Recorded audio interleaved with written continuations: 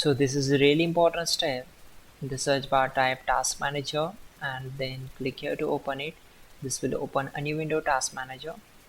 Then on this window we need to click on File, select Run New Task and then click here. So you need to follow my screen. We need to open C drive, so click here and then open C drive. Now open Windows folder, then open System32 folder. Scroll down and search for CMD and then click on open. Now check this box, select OK. These commands are really important. You can manually type these commands, or to avoid mistakes you can simply copy and paste these commands from the page I will show you. For that, open Google Chrome and then in the search bar type google.com and hit enter. Then in the search bar type hows.tech Windows commands and hit enter.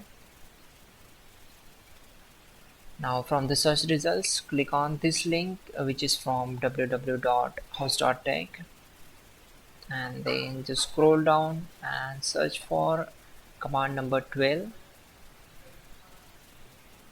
and then right click here and select copy.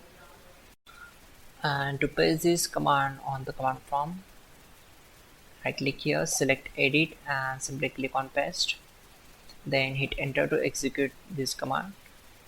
After that, copy command number 13, so right click and select copy and then simply paste this command on command prompt, then hit enter.